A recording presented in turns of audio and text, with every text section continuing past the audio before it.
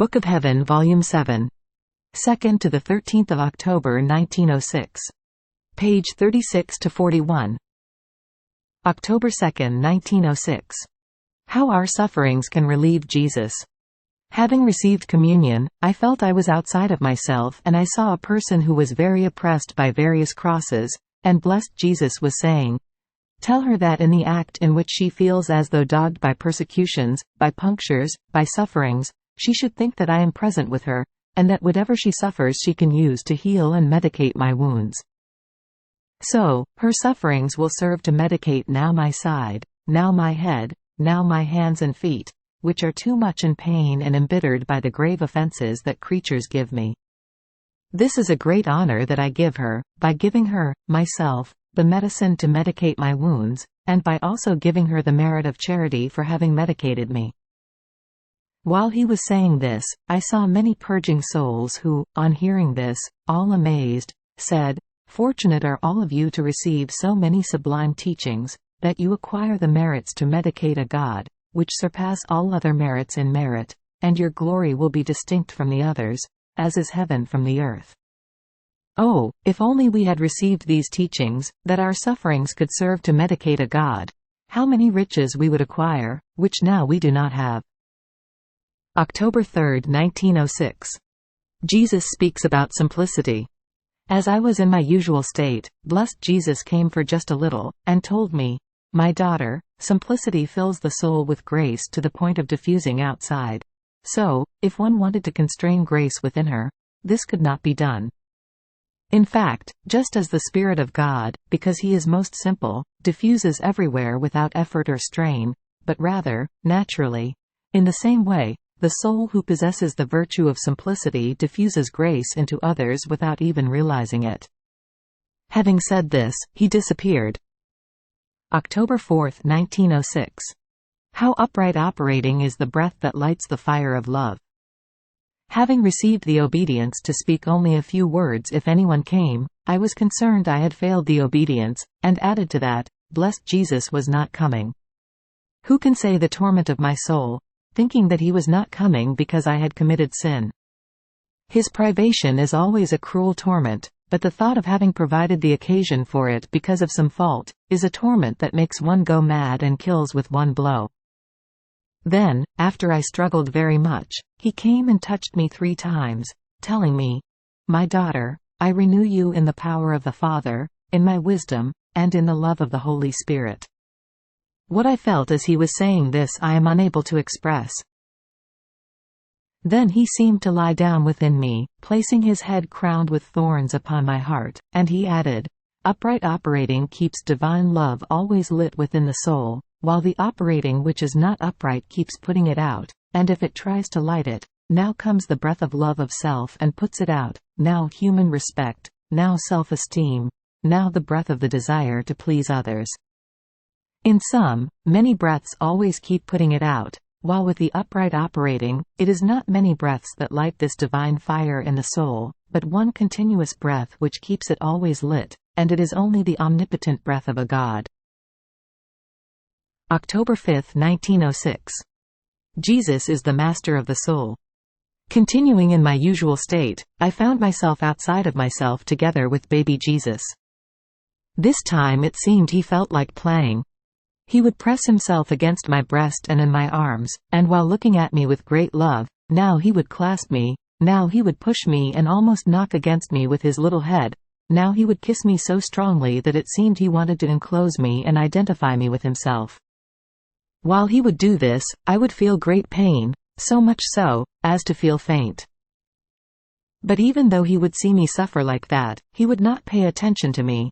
On the contrary, if he would see from my face that I was suffering, since I would not dare to tell him anything, he would do it harder, and would make me suffer more.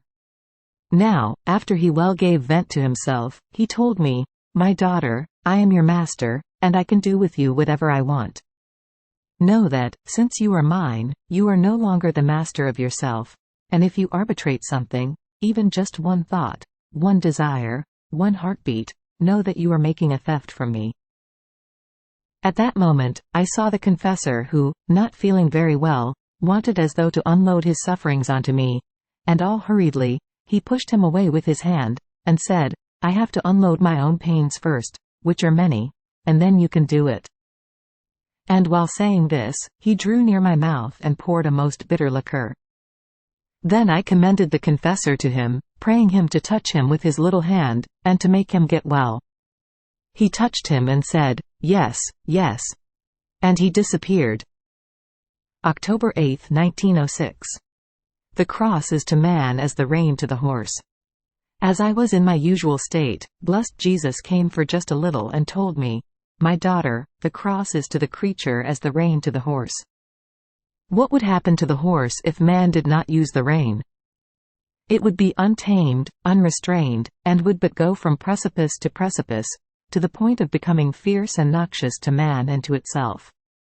On the other hand, with the rein it can be conducted, it becomes tame, walks straight, serves the needs of man as a faithful friend, and stays safe from any precipice, because man keeps it and protects it. Such is the cross to man. The cross tames him, restrains him, arrests the course of his hurling himself along the paths of passions which he feels within himself, and which devour him like fire. So, instead of raging against God and hurting himself, the cross dampens his passions, softens him, conducts him, and serves the glory of God and his own salvation. Oh, if it wasn't for the cross which, by its mercy, divine providence holds as a rein in order to restrain man. Oh, amid how many more evils would one see poor humanity lie. October 10, 1906.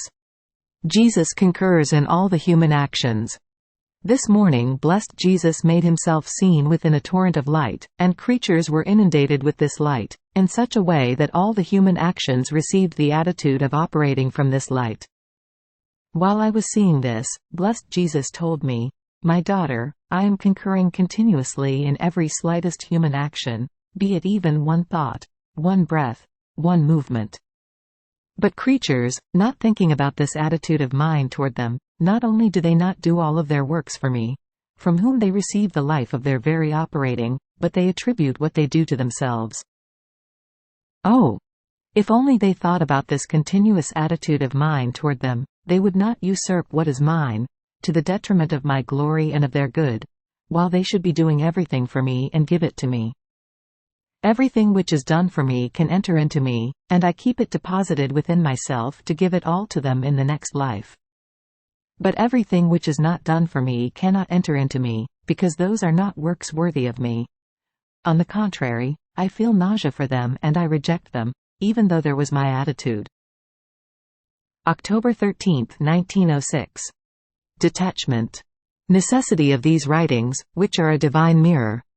As I was in my usual state, my good Jesus made himself seen for a little while, and he told me, "My daughter, in order to know whether a soul is stripped of everything, it is enough to see this. If holy or even indifferent desires arise within her and she is ready to sacrifice them to the divine volition with holy peace, it means that she is stripped. But if she becomes disturbed and upset, it means that she is keeping something for herself." Hearing the word, desire, I said, "My highest good, my desire is that I would rather not write any more. How it weighs on me, if it wasn't for fear of going out of your will and of displeasing you, I would not do it." And he, breaking my words off, added, "You do not want it, and I want it. That which I say to you, and which you write out of obedience, for now, serves as a mirror for you and for those who take part in directing you, but the time will come when it will serve as a mirror for others. So, that which you write, spoken by me, can be called, divine mirror. And you would want to take this divine mirror away from my creatures? Watch it, seriously, my daughter, and do not want to restrict this mirror of grace by not writing everything." On hearing this, I remained confused and humiliated, with a great repugnance to write these last words of his, but obedience absolutely imposed it on me, and only to obey, I wrote. Deo gratias.